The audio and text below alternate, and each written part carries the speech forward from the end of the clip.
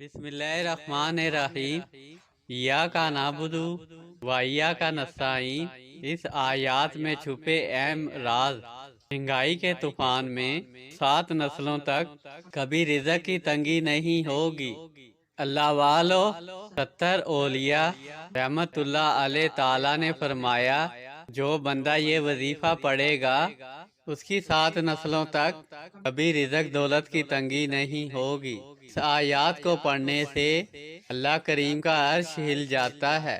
لا علاج بیماریاں ہوں، دکھ ہوں، غم ہوں، قرضے ہوں، مصیبتیں ہوں، ناکامیاں ہوں اور پریشانیاں ہوں، اور ایسے حالات ہو جائیں کہ انسان سوچے کہ بس اب تو موت ہی بہتر ہے کیونکہ اس کے علاوہ میرے پاس کوئی راستہ نہیں، تو اس آیات کو پڑھنے سے اللہ کے خزانوں سے وہ کچھ ملتا ہے جو انسان گمان بھی نہیں کر سکتا۔ ایک اللہ والے درویش تھے، ان کے پاس ان کے مدرسے کے تمام طالب علم اور مریض اکٹھے ہو کر آ گئے اور اللہ والوں سے کہنے لگے، حضرت جی اب آپ ہمیں اجازت دے دیجئے کیونکہ آپ کے پاس کچھ بھی نہیں رہا، ہم باہر جائیں گے، کاروبار کریں گے، دانے پانی کا انتظام کریں گے۔ حضرت جی نے ان کی تمام بات سنی اور کہا کہ آپ سب نے اتنے دن بہت تنگ دستی میں گزارا کیا ہے، اب مجھے کچھ دن اور دے دیں، پھر آپ کے من میں جو ہو کر لیجئے گا۔ سب مان گئے۔ پھر اللہ والوں نے اپنی جان نماز بچھائی اور اللہ کی عبادت میں مشغول ہو گئے۔ کیفیت وجدان کے ساتھ سورۃ فاتحہ پڑھنا شروع کی۔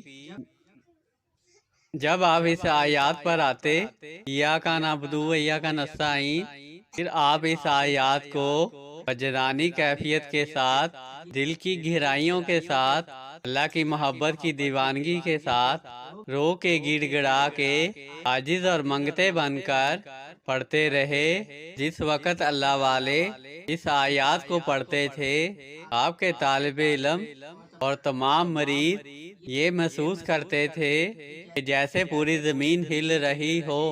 اللہ والو وہ درویش پڑھ نہیں رہے تھے بلکہ سورۃ فاتحہ پڑھ کر اللہ کی بارگاہ سے مانگ رہے تھے، عاجزی کر رہے تھے۔ جو اللہ کی بارگاہ میں عاجزی کرتا ہے اس کیفیت کے ساتھ سورۃ فاتحہ کی تلاوت کے ساتھ، پھر اس کی دعا کبھی رد نہیں ہوتی، وہ بارگاہ الہی میں ضرور قبول و منظور ہوتی ہے۔ تو اللہ کریم کے خزانوں میں کسی چیز کی کمی نہیں، وہ جو چاہے نواز دے، وہی نوازنے والا عطا کرنے والا ہے۔ وہ اللہ والے اسی کیفیت کے ساتھ چند دن تک سورۃ فاتحہ کو پڑھتے رہے۔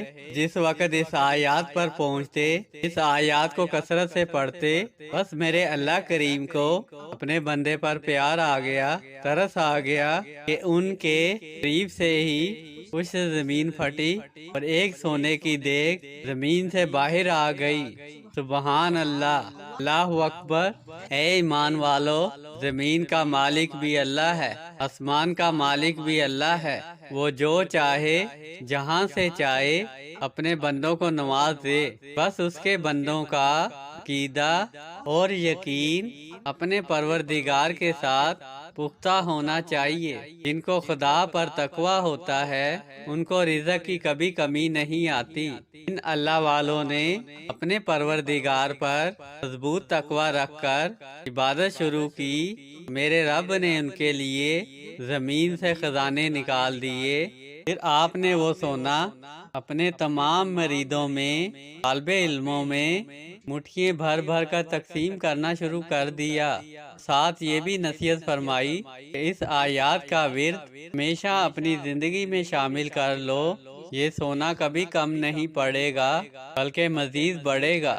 جب بھی اس کو خرچ کرو، نیکی کے کاموں میں خرچ کرو، جائز کاموں میں خرچ کرو، کبھی بھی نجائز اور حرام کاموں میں ختم نہ کرنا، اور اس آیات کو پڑھتے رہنا۔ ہماری 7 نسلیں انشاءاللہ بیٹھ کر کھائیں گی۔ اللہ والو ایسا ہی ہوا، آج تک ان اللہ والوں کے مریض کبھی غریب نہیں ہوئے۔ سورۃ فاتحہ کی برکت اور اس آیات کی برکت سے الحمدللہ ان کا رزق بڑھتا ہی جا رہا ہے۔ اللہ کریم اپنے بندے کے لیے سورۃ فاتحہ کی برکت سے، اس آیات کے کمال سے زمین سے خزانہ نکال سکتے ہیں۔ آپ کو کیا نہیں مل سکتا؟